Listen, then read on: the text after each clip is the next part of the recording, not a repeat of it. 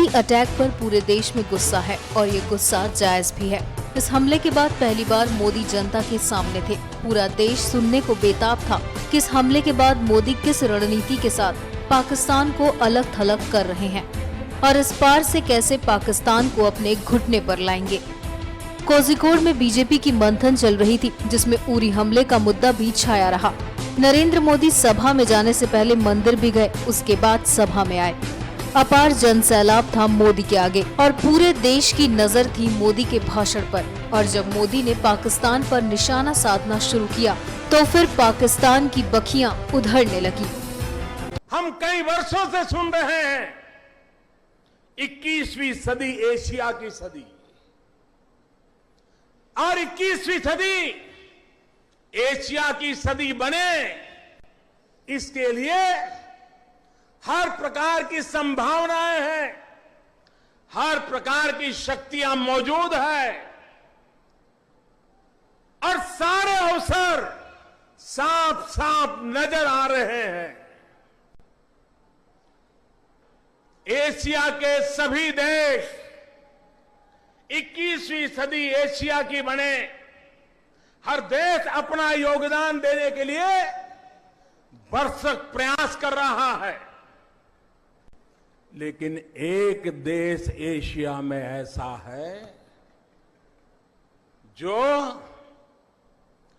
21वीं सदी एशिया की न बने,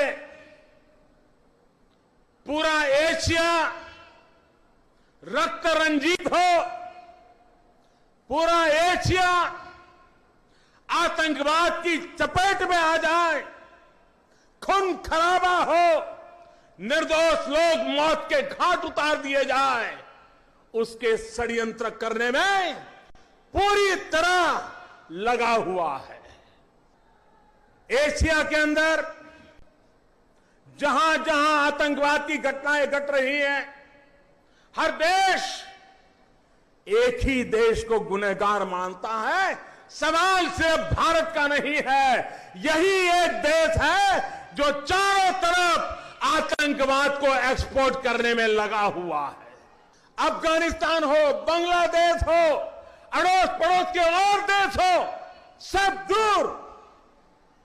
और आपने देखा होगा दुनिया में जब भी आतंकवाद की घटनाओं की खबर आती है तो थोड़े दिन में यह भी खबर आती है कि आतंकवादी या तो इस देश से गया था या तो आतंकवादी घटना करने के बाद ओसामा बिन लादेन की तरह उस देश में आकर के बसा था, वही उसका आश्रय स्थान बना था। भाइयों बहनों, आतंकवाद कैसा होता है ये केरल के लोग भली भांति जानते हैं। हमारी केरल की बेटियों को आतंकवादी उठा करके ले गए थे नर्सिंग का काम करने के लिए, मानवता की सेवा करने के लिए। खाड़ी के देशों में हमारी केरल की बेटियां सेवा भाव से काम कर रही थी, आतंकवादी उठा करके ले गए। पूरा हिंदुस्तान बेचैन हो गया था, हमारी बेटियों को हम बचा पाएंगे कि नहीं बचा पाएंगे, उनके जीवन का क्या होगा, वो जिंदा बचेगी कि नहीं बचेगी, उनके मां बाप को हम क्या जवाब दे पाएंगे। चारों तरफ चिंता का माहौल था। लेकिन पूरा केरल, उसने देखा कि दिल्ली में बैठी हुई सरकार इतनी चौकन्नी थी, भरसक प्रयास किया, डिप्लोमेटिक प्रयास किया और मेरी केरल की उन बेटियों को सही सलामत उनके घर तक हमने पहुंचा दिया। आतंकवाद ये मानवता का दुश्मन है। पूरे विश्व की मानव जात को मानवतावादियों ने एक होकर के आतंकवाद को परास्त करना ही होगा और आतंकवाद के सामने न हिंदुस्तान झुका है न हिंदुस्तान झुकेगा, आतंकवाद को परास्त करके रहेगा। भाइयों बहनों, इन दिनों पूरे देश में एक आक्रोश का माहौल है। जम्मू कश्मीर में, उरी में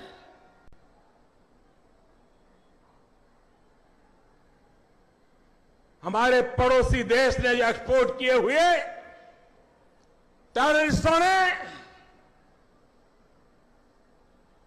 हमारे 18 जवानों को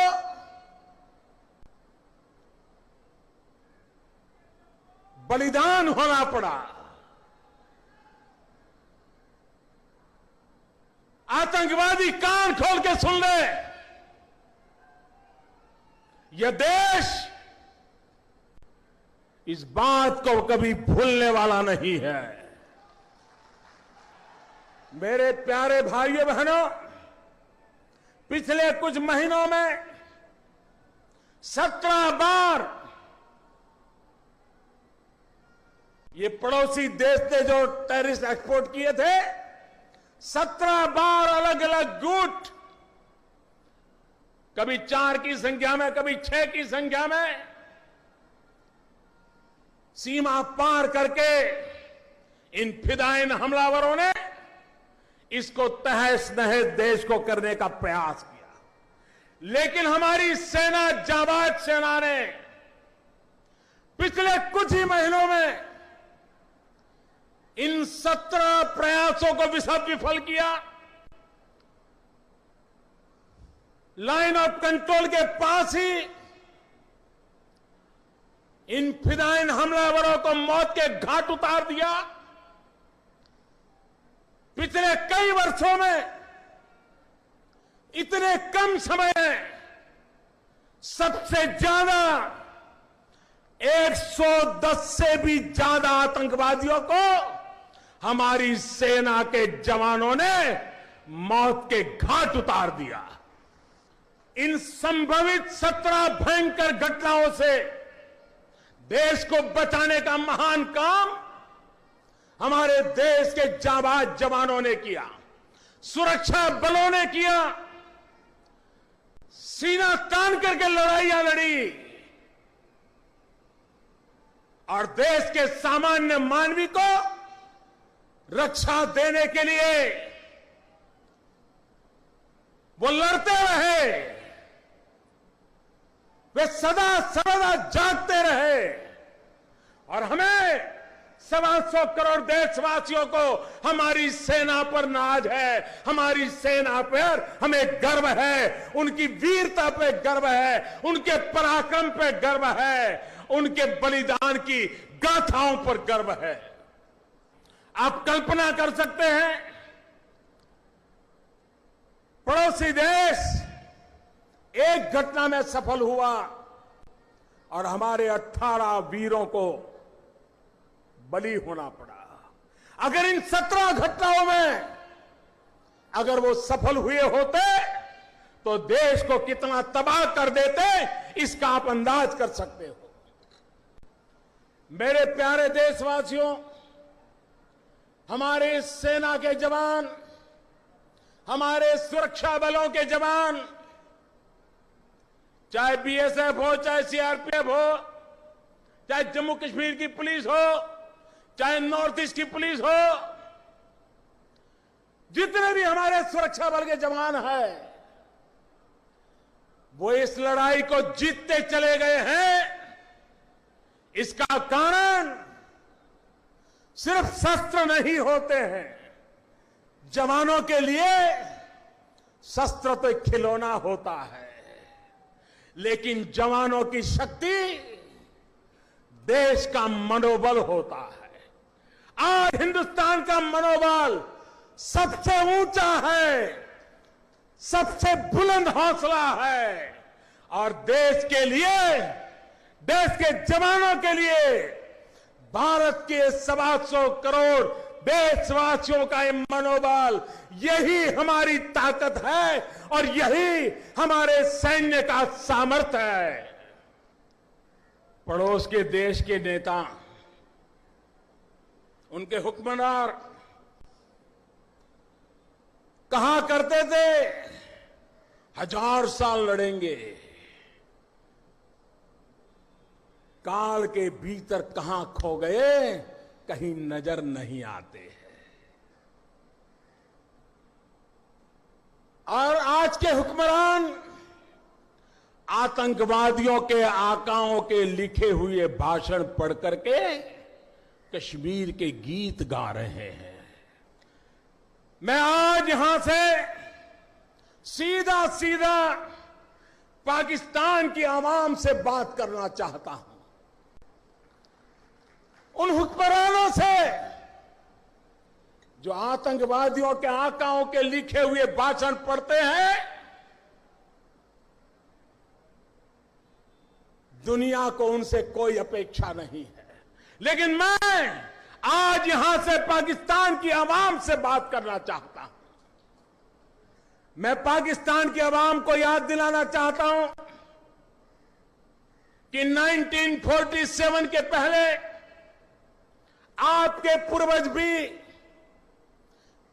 इसी संयुक्त हिंदुस्तान की धरती को प्रणाम करते थे, इसी को अपनी मिट्टी मानते थे, और उस हिसाब से आपके उन पूर्वजों की याद दिलाते हुए मैं आज आपसे कुछ बातें कहना चाहता हूं। पाकिस्तान की आवाम अपने हुक्मरानों को जरा पूछे कि पीओके तो आपके पास है, आप उसको भी संभाल नहीं पाते। कभी पश्चिम बंगाल, पूर्वी पाकिस्तान जो आज का बांग्लादेश, वो भी आपके पास था, उसको भी संभाल नहीं पाए। आप सिंध को संभाल नहीं पा रहे हो, आप गिलगिट को नहीं संभाल पा रहे हो, आप पख्तूनिस को संभाल नहीं पा रहे हो, आप बलूचिस्तान को नहीं संभाल पा रहे हो। ये तो आपके पास है, आपका शासन है, आप इसको भी नहीं संभाल पाए हो, और आपको कश्मीर की बातें करके ये आपको गुमराह कर रहे हैं। आप पाकिस्तान की आवाम अपने नेताओं को जरा पूछे कि जो घर में है उनको तो ढंग से संभाल करके दिखाओ। पाकिस्तान की आवाम अपने हुक्मरानों को जरा पूछे कि दोनों देश एक साथ आजाद हुए,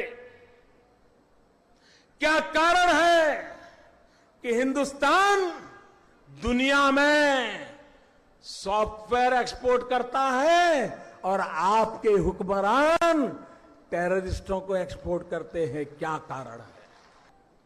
पाकिस्तान की आवाम से मैं कहना चाहता हूं, आपको गुमराह करने के लिए आपके हुक्मरान 1000 साल तक हिंदुस्तान से लड़ने की बातें करते हैं। आज दिल्ली में ऐसी सरकार बैठी है, मैं आपकी इस चुनौती को स्वीकार करने के लिए तैयार हूं। पाकिस्तान की आवाम, मैं आपको कहना चाहता हूं, हिंदुस्तान आपसे लड़ाई लड़ने को तैयार है। आओ आओ, हिम्मत हो, आओ हिम्मत हो, तो लड़ाई उस बात की लड़े। आइए हम गरीबी को खत्म करने का काम करें, आप अपने देश में गरीबी को खत्म करने का काम करें, हम दोनों लड़ाई लड़े। देखते हैं सबसे पहले अपने देश की गरीबी कौन खत्म करता है। आओ, पाकिस्तान की आवाम इसको पसंद करेगी। पाकिस्तान के नौजवान, आओ लड़ाई लड़े। पहले हिंदुस्तान बेरोजगारी खत्म करता है कि पहले पाकिस्तान बेरोजगारी खत्म करता है? और बेरोजगारी को खत्म करने की लड़ाई लड़े और देखें पहले कौन जीतता है। मैं पाकिस्तान के उन छोटे छोटे बालकों से बात करना चाहता हूं, आइए हम अशिक्षा के खिलाफ लड़ाई लड़े। पाकिस्तान भी अशिक्षा को खत्म करने के लिए लड़ाई लड़े, हिंदुस्तान भी अशिक्षा को खत्म करने के लिए लड़ाई लड़े, और देखें पहले हिंदुस्तान जीतता है कि पहले पाकिस्तान जीतता है।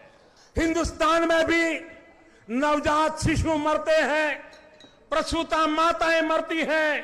पाकिस्तान में भी नवजात शिशु मरते हैं, प्रसूता माताएं मरती हैं। आओ लड़ाई लड़े, नवजात शिशुओं को बचाने की, प्रसूता माताओं को बचाने की। आप बचा करके दिखाओ, हम बचा करके दिखाए, देखे कौन जीतता है। और पाकिस्तान के हुक्मरान सुन ले, हमारे 18 जवानों का बलिदान बेकार नहीं जाएगा। भारत सफल रहा है पूरे दुनिया में आपको अलग थलग करने के लिए, और हम उसको तेज करेंगे और पूरे विश्व में आपको अकेला रहने के लिए हम मजबूर करके रहेंगे। वो दिन दूर नहीं होगा जब पाकिस्तान की अवाम पाकिस्तान के हुक्मरानों के खिलाफ, आतंकवाद के खिलाफ लड़ाई लड़ने के लिए मैदान में आएगी। मेरे प्यारे देशवासियों, हमारे देश का भविष्य शांति, एकता, सद्भावना से जुड़ा हुआ है। देश का जवान तब जीतता है जब हम कंधे से कंधे मिलाकर के खड़े रहते हैं, एक स्वर से बोलते हैं, एक ही संकल्प को लेकर के चलते हैं। आज 125 करोड़ देशवासी उस देशभक्ति के ज्वार से भरे हुए हैं। आज 125 करोड़ देशवासी भारत की आन बान शान के लिए हर कीमत देने के लिए तैयार बैठे हैं। और इसलिए भाइयों बहनों, मैं भारत के उज्जवल भविष्य को देख रहा हूं, भारत में सुख चैन की जिंदगी देख रहा हूं, और उसके लिए हम सब मिलकर के सफल होंगे, ये मैं आपको विश्वास दिलाता हूं। एनएमएल न्यूज की रिपोर्ट।